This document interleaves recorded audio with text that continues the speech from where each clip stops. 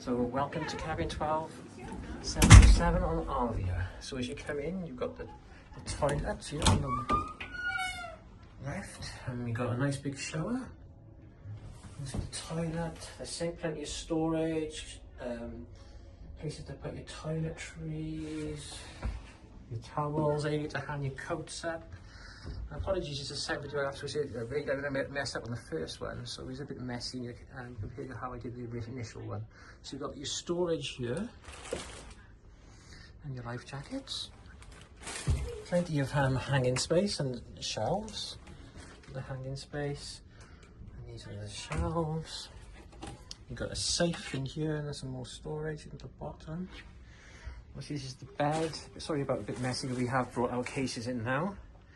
We've got a family room, so this top bit comes down to make a bed, and this also, the sofa also converts to a bed.